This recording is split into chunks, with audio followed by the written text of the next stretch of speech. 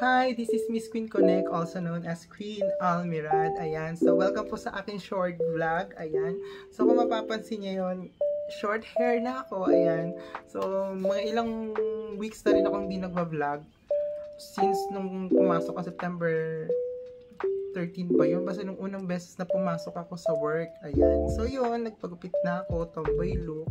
So yun, nagsubok ako ulit na mag-makeup. So ito yung kinalabasan. Simpleng makeup lang. Pero wow, talaga ako tomboy. Kaya natatawa talaga ako sa sarili ko ngayon. Pero to, simple. Ayan. Simple, formal. Diba? Tomboy look lang yung dating. Ayan. Pero I'm happy. So yun nga. Kaya ako nag-short vlog. Kasi gusto ko lang tignan yung itsura ko ulit sa camera. Ayan. Kung ano na yung magiging itsura ko, postura ko pag ganito kaikli yung buhok ko, ayan, ganyan, with makeup, ayan, so, short, ano lang naman, mild makeup lang naman, tinignan ko lang kung babagay pa sa akin, ganyan, so far, okay, ayan, o diba, mukha akong ano, para kung madrastang ano, maiksi ang buhok na masungit na maldita, diba, so yun na nga guys, ako, kwento ko lang buhay ko ngayon ako masayang masaya ako kasi meron akong magandang trabaho, ayan, mabait na mga katrabaho, magandang patakaran ng school kung saan ako nagtuturo ngayon, mga mababait na mga katrabaho, mababait na mga estudyante, mga masusunurin, may mga pasaway din pero masunurin, alam nila yung limits nila bilang isang estudyante, alam nila yung yung kung paano rumispeto at gumalang sa kapwa, lalo na ako, tulad ko, teacher ako, LGBT ako, alam nila yung limits nila sa mga katulad namin. So yun, syempre ako, papasalamat ako dun sa mga sisters dun sa, kasi puro kasi madre dun sa sa pinagtatrabahuan ko ngayon. Pero, ang isang bagay na maganda nangyari sa buhay ko, habang, syempre ako, di ba, in my past vlogs, lahat yun, parang puro content ko dun, yung nasasaktan lang ako, ganyan-ganyan. Pero ngayon, nabubuhayin ako kasi, dun sa trabaho ko kasi, ano siya Catholic school siya. So, dun ko ulit natututunan magdasal, dun ko ulit natututunan lumaban sa buhay. Doon ko natututunan kung paano ko bibigyan ng limit yung sarili ko sa mga taong hindi naman nakakapagbigay ng magandang dulot sa akin. Yung ganun. So, may natututunan talaga ako. Hindi lang ako basta nagtuturo dun sa school na yun, kundi natututunan ko na, ay, hindi pa pala katapusan ng lahat. Ayan. So, doon naging happy ako, naging maganda ang buhay ko bilang isang teacher, yan, bilang isang tao, yon. Kaya, I'm very, very happy na napadpad ako doon sa school na yun. Kaya, so far, okay naman ako. Pero kasi nito, last time yun, medyo nagkakaroon ako ng problema. Hindi ko alam kung bakit nangyayari sa akin yung mga ganung bagay. Ulit, parang, alam mo yung parang, uy, lumayo ka sa akin. Yung mga ganung bagay na masasamang bagay.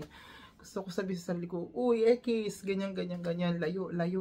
Hanggat maaari, ayoko talaga ng ganun na. Ayoko na ulit na maulit sa akin lahat ng mga bagay na hindi ko gusto. Ayoko na maranasan ulit yung mga bagay na hindi ako masaya. Tsaka yung mapapasama rin ako. Ayoko na kasi maranasan yun eh. Siyempre, nakakatrauma. Kumbaga parang, okay lang maging mabuti at mabait sa kapwa, pero meron nga isang tao nagsabi sa akin eh.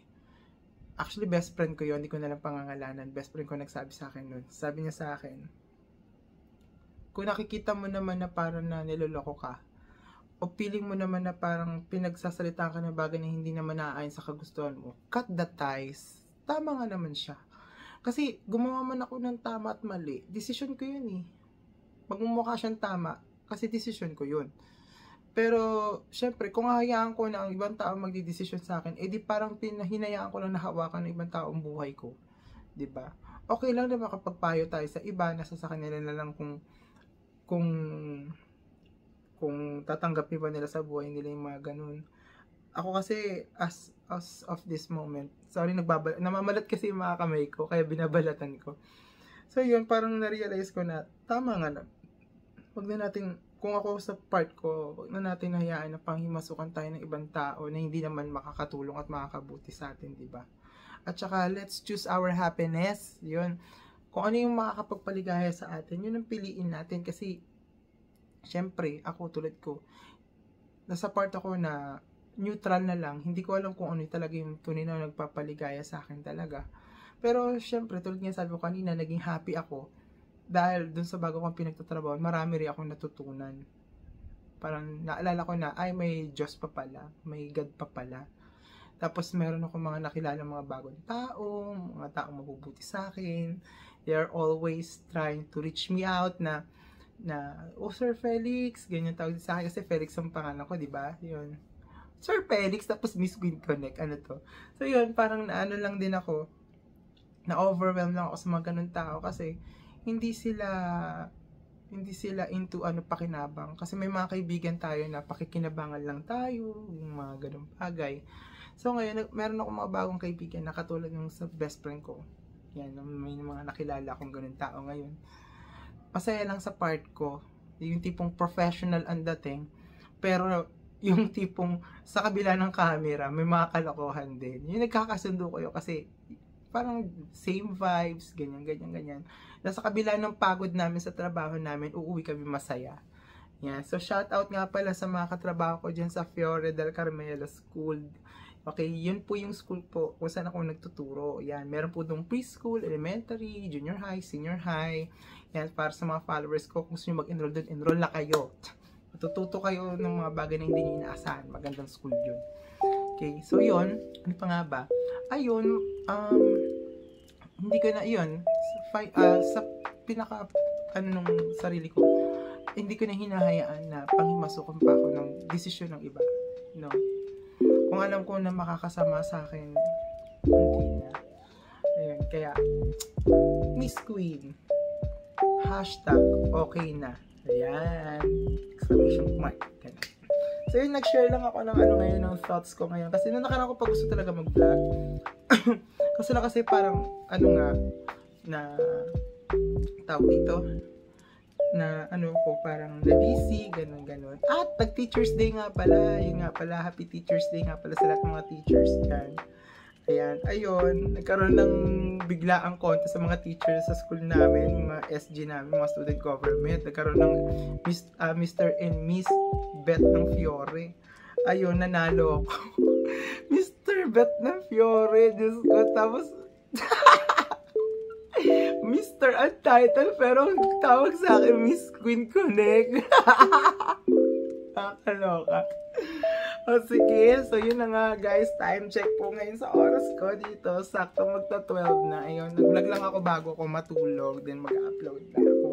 So yun, maraming salamat po sa panonood po. Ayan, parang short vlog, Dear Diary lang itong ginawa ko. Sa lahat po ng mga followers ko po dyan, subscribers ko, thank you very much po sa pag-stay po sa panonood po ng aking mga uploads. Ayan, so sana stay put lang po kayo dyan and abang-abang lang po sa mga upload ko. Soon magiging active na po ako ulit sa pag-edit ng videos. Ayan, as of now kasi nagpahinga din lang muna ako sa paggawa ng video, focus sa trabaho kasi syempre alam ko kailangan ako ng mga estudyante ko. So yun nga guys, magpapaalam na po ako. Maraming pasalamat sa inyo and don't forget to subscribe to my YouTube channel, Miss Queen Connect, at huwag niyo po kakalimutan na i-follow ako on my official Facebook page, Miss Queen Connect. So maraming salamat po sa inyo and goodbye!